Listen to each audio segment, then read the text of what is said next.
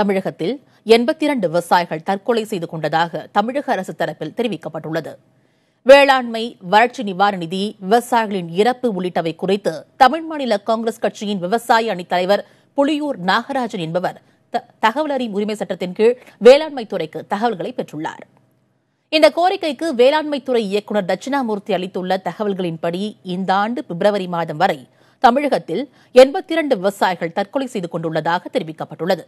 மேலும் தற்கொலை செய்து கொண்ட 82 விவசாயிகளின் குடும்பங்களுக்கும் முதலமைச்சர் பொது நிவாரண நிதியிலிருந்து தலா 3 லட்சம் ரூபாய் இழப்பீடு அளிக்கப்பட்டுள்ளதாகவும் வேளாண்மைத்துறை தெரிவித்துள்ளது.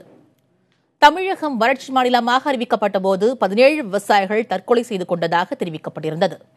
18.733 லட்சம் ஹெக்டேரில் வறட்சியால் பாதிக்கப்பட்ட வேளாண் சாகுபடி செய்த 28,996,000 விவசாயிகளுக்கு இடுபொருள் நிவாரண உதவித் தொகையாக 2049 கோடி ரூபாய் ஒப்பளிப்பு செய்யப்பட்டுள்ளதாக வேளாண் துறை தெரிவித்துள்ளது.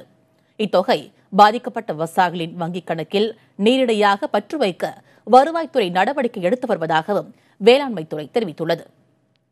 மேலும் குறுகிய கால கூட்டுறவு வங்கிக் கடன்கள் கால நீட்டிப்பு செய்யப்பட்டுள்ளதாகவும் வேளாண் இயக்குநர் கூறியுள்ளார்.